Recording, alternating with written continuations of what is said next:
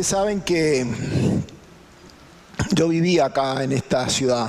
En realidad vivía en Corrientes, del otro lado del río. Y allí dirigía una fábrica de cerveza. Viví 3 años en esta zona. Y fueron 3 años en los cuales yo no hablé en absoluto de lo que me había pasado en la cordillera. Fueron 3 años como los 35 años que viví desde que me caí en la montaña hasta que empecé a hablar del tema. Es que el tema de los Andes era un tema particular, era un tema privado. Yo no lo hablaba solamente que con mis hijos, mi familia, con muy pocas personas. En algunas ocasiones me salía el tema. Por ejemplo, volando sobre la cordillera de los Andes, de repente el avión se empezaba a mover, me ponía nervioso y ahí automáticamente me brotaba y se lo contaba a la persona que estaba de al lado. Lo que sucedía es que la persona que estaba al lado se levantaba y se iba, o sea que realmente era un tema demasiado fuerte. Pero lo concreto es que durante 35 años y los 3 años en que yo viví aquí en esta zona, hice una vida normal, hice una vida como la de cualquier otro. Aquí en Corrientes tengo muchos amigos, celebré mis 40 años, celebré los 15 de mis hijas, he venido a Resistencia y siempre era yo una persona común y corriente en la cual lo que me había pasado en los Andes era un tema particular. Por eso es tan importante para mí hoy venir acá y contarles que yo, además de haber hecho todo ese tipo de cosas, me había caído en los Andes y que esta de alguna manera es mi historia. Lo que voy a hacer es contar 2 o 3 situaciones, hacer unas reflexiones y les voy a pedir que me acompañen. Hoy es 16 de noviembre. El 16 de noviembre de 1972, hace 40 años exactamente, hacía 33 días que nos habíamos caído en la cordillera. Habíamos tenido un accidente, éramos 45 personas en ese avión. Después del accidente quedamos 27 personas vivas. 18 murieron en el accidente o en los días posteriores. Pero ya habían pasado 33 días. Y en esos 33 días habíamos aprendido algunas cosas. Habíamos probablemente pasado lo peor. Quedábamos 18 personas vivas. Los 37 días que faltan, 2 personas más murieron. Pero los primeros 33 días fueron tremendos. Fueron días donde nos tuvimos que acostumbrar a vivir totalmente en la incertidumbre. No sabíamos qué era lo que estaba pasando. Nosotros éramos una delegación de un equipo que iba a jugar un partido de rugby y de golpe nos encontramos a 4.000 metros de altura, perdidos, sin saber qué hacer, sin entender la montaña, sin el abrigo adecuado, sin la ropa adecuada, totalmente perdidos y abandonados. Teníamos una pequeña radio, con lo cual escuchábamos las cosas que estaban pasando sobre nuestro rescate. Y ahí escuchábamos incluso a nuestras madres y gente que hablaba de lo que nos había pasado. Pero no se daban cuenta de que los estábamos escuchando. Nos dábamos cuenta de que la gente obviamente creía que los habíamos muerto. Un día pasó un avión volando sobre nosotros. Era un avión de la búsqueda. Nosotros sabíamos que era un avión de la búsqueda. Inmediatamente salimos a hacer señales, a tratar de que nos vieran. Pero el avión pasó. Y al día siguiente vuelve a pasar y esta vez hace una cruz encima nuestro, mueve las alas. Entendimos de que era una señal de que nos habían visto. Y como nos habían visto, ya íbamos a ser rescatados. Con lo cual hicimos una fiesta y nos comimos todas las provisiones que teníamos. Y nos quedamos sin nada. Total, al día siguiente íbamos a ser rescatados. Pero el día siguiente nadie nos vino a buscar.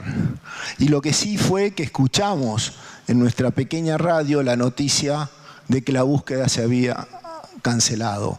que había sido abandonada, que ya no nos iban a buscar más porque no había ninguna posibilidad de que nosotros estuviéramos con vida. Así que el grupo tuvo que tomar algunas decisiones. Ya no nos venían a buscar, ya no teníamos nada que comer. ¿Qué íbamos a hacer? Y así poco a poco, desde nuestro instinto de supervivencia más sencillo, más simple, nos dimos cuenta de que teníamos el cuerpo de nuestros compañeros muertos como una ofrenda para que nosotros nos pudiéramos alimentar. Y así fue como, sin pensarlo demasiado, sin grandes discusiones, de vuelta desde nuestro instinto de supervivencia, empezamos a alimentarnos.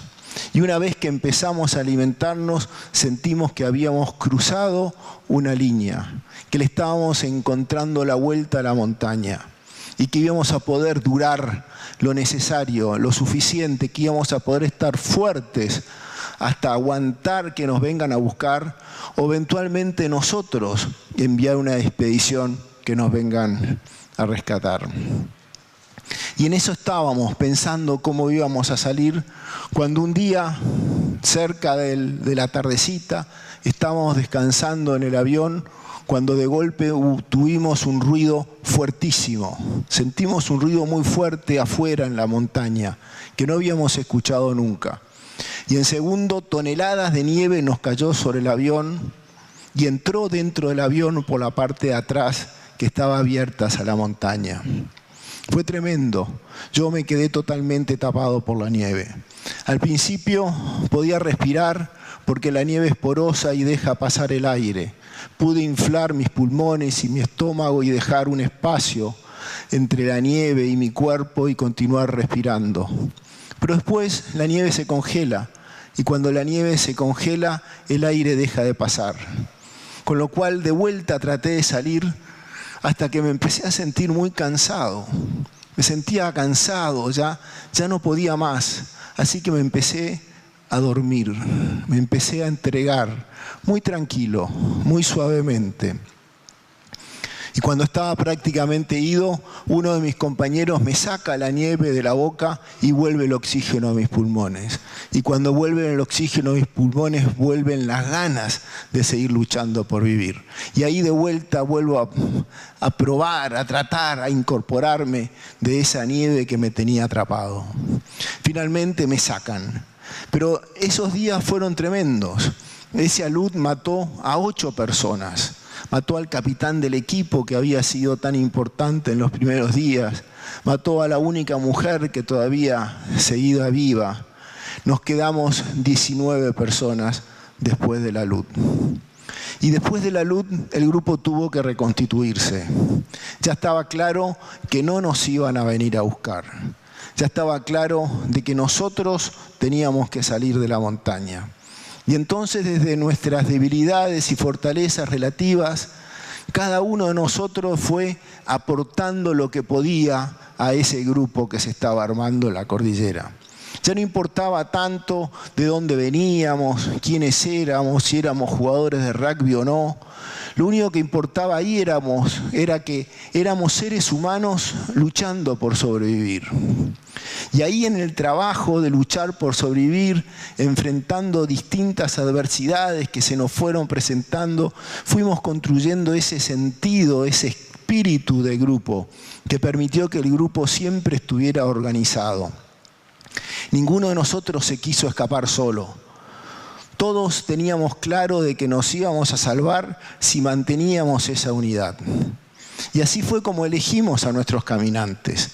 Nuestros caminantes eran los más fuertes, los más decididos, los que se querían ir.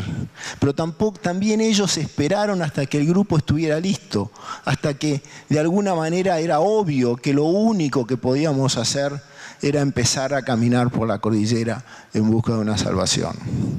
Finalmente, el 10 de diciembre, Canessa, Parrado y Vicentín empiezan una inmensa caminata a través de la cordillera de los Andes. Nosotros lo vimos subir cada vez un puntito negro más chiquito en la montaña hasta que finalmente ellos llegan al otro lado. Y cuando llegan al otro lado, lo único que pueden ver es más y más montañas. Y sin embargo deciden seguir caminando. Deciden eventualmente morir caminando, porque no tenía sentido volver al avión y empezar de nuevo. Así que esa caminata increíble en la cual finalmente 2 de mis compañeros llegan a Chile y envían un refuerzo, fue el resultado de ese trabajo de todos nosotros. Porque ellos eran nuestras piernas, nosotros trabajamos para que ellos tuvieran las mejores posibilidades de llegar a alguna parte. Finalmente, el 22 de diciembre se produce el rescate. El primer día, 6 de los 16 que todavía estábamos vivos, allí en la montaña fuimos rescatados. Más los 2 expedicionarios, éramos 8 que salimos ese día. Y al día siguiente salieron 8 más. Eso fue entre el 22 y el 23 de diciembre, 70 días después de que nos habíamos accidentado en los Andes. Miren, nosotros cuando caímos en la montaña éramos chicos comunes y corrientes. Teníamos entre 16 y 25 años. Cuando salimos de la cordillera, salimos como gente que había sufrido mucho, que había aprendido algunas cosas. Salimos obviamente delgados, a punto de la muerte, muy contentos de salir de la montaña, pero por otra parte con algo como que de enojo, ¿no? Nosotros estamos demandantes, exigentes, porque nosotros no nos habíamos muerto nunca. Nosotros nunca dejamos de estar vivos. Aún allá perdidos a 4.000 metros de altura, siempre estuvimos vivos.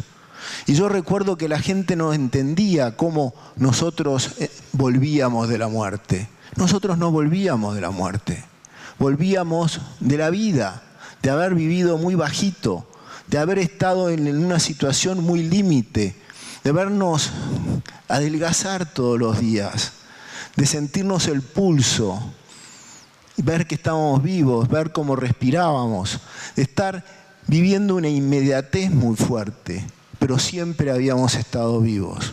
Yo recuerdo que me encontré con mi padre al día siguiente de haber salido a la montaña y él lo primero que me dijo fue: perdóname, Pedro, te había dado por muerto. Y yo no lo entendí porque yo no me había muerto. Me tocó tiempo entender que nuestra historia también es muy complicada para nuestros familiares y nuestros amigos. Porque para ellos nosotros habíamos muerto y nosotros 70 días después volvíamos de la muerte. En mi familia se tuvieron que producir arreglos. Imagínense, ya no íbamos a volver.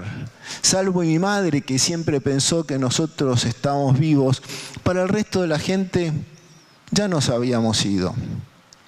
Ahora, esta historia, que obviamente es difícil para nosotros y para nuestros familiares, es mucho más complicada para los familiares de los chicos que no volvieron.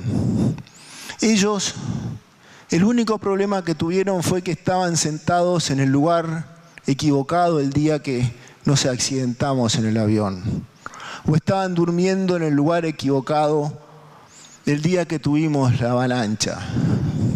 Ellos no eran ni mejores ni peores que nosotros. Algunos de ellos hicieron contribuciones enormes al grupo mientras estuvieron vivos y probablemente hubiesen hecho contribuciones mucho más importantes que nosotros si hubiesen seguido con vida. Y sin embargo no están. Están en nosotros. Y lo único que podemos hacer hoy es agradecer en silencio lo que ellos hicieron al morir, permitiéndonos a nosotros sobrevivir, estar acá y poder contarlo. Yo creo que nosotros no hicimos nada extraño. Lo único que hicimos fue dejar que nuestro instinto de supervivencia se desarrolle en pos de la salvación individual y del grupo. Nosotros éramos gente común y corriente. Y lo extraordinario de nuestra historia, de alguna manera, es que demuestra cómo gente común y corriente, puesta en situaciones límites, puede alcanzar realmente resultados extraordinarios. Miren, Cuando salimos allá de la cordillera, habíamos además experimentado algunas cosas. Primero, que después de subir una montaña y de salir de una montaña, hay otra más. Y de que eso es la vida, de ir subiendo montañas. Y el hecho de haber subido aquella montaña no me ha permitido a mí ver la vida de una manera totalmente distinta. Después de aquella montaña yo volví a Buenos Aires a trabajar, a la universidad, me casé, hice mi vida normal y durante 35 años no hablé de aquello. Y sin embargo tuve muchas otras montañas que subir. La otra cosa que es muy importante es que obviamente nosotros nos salvamos porque éramos un equipo, un grupo. Pero ese trabajo en equipo que nosotros hicimos no salió de la cabeza. No salió porque habíamos ensayado o trabajado, nada. Ese trabajo en equipo surge del instinto individual de sobrevivencia de cada uno, que es fuertísimo. Pero ese instinto individual nos decía de que para que cada uno pudiera salvarse nos teníamos que salvar todos juntos. Y por eso trabajamos todos juntos. Porque alineamos nuestros objetivos y sabíamos que teníamos que salir todos juntos, que nadie se iba a poder salvar solo. Y la otra cosa que siempre sentimos allá en la montaña era que no importa cuál grande sea nuestro objetivo, lo importante era estar vivos siempre, en cada momento, haciendo todo lo que había que hacer para sentirse lo mejor posible. Aún en las condiciones espantosas que estábamos, era importante estar lo mejor alimentados, era importante estar alertas, era importante estar enfocados. Nadie se puede morir un poquito. Si te mueres un poquito no llegas al final, no tiene sentido. No tiene sentido aflojar un poquito porque entonces se va todo al diablo. Y aquello fue un trabajo día a día, 24 horas a través de 24 horas. Si mañana estábamos vivos, era muy importante, era que estábamos dando los pasos necesarios para una eventual salvación. Nosotros no estábamos seguros si nos íbamos a salvar o no. Sabíamos o intuíamos que teníamos alguna posibilidad, pero trabajamos como si nos fuéramos a salvar. Trabajamos duramente pensando de que podía haber esa salvación. Miren, si a nosotros, cuando nos caímos en la montaña, nos hubiesen dicho, no se preocupen, ya los vamos a venir a buscar, seguramente hubiésemos muerto todos.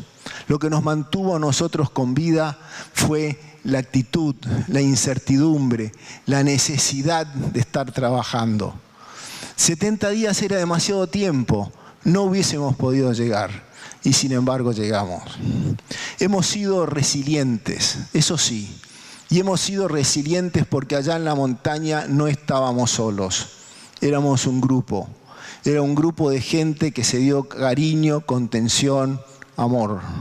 Ese mismo cariño, contención, amor que hemos sentido siempre que hablamos de nuestro tema.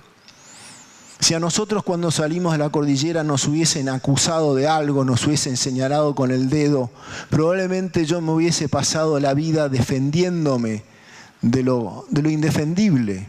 Y seguramente no hubiese podido reintegrarme a la sociedad, volver a hacer una vida normal, que es lo que más valoro desde entonces. Muchachos, muchas gracias por haberme escuchado.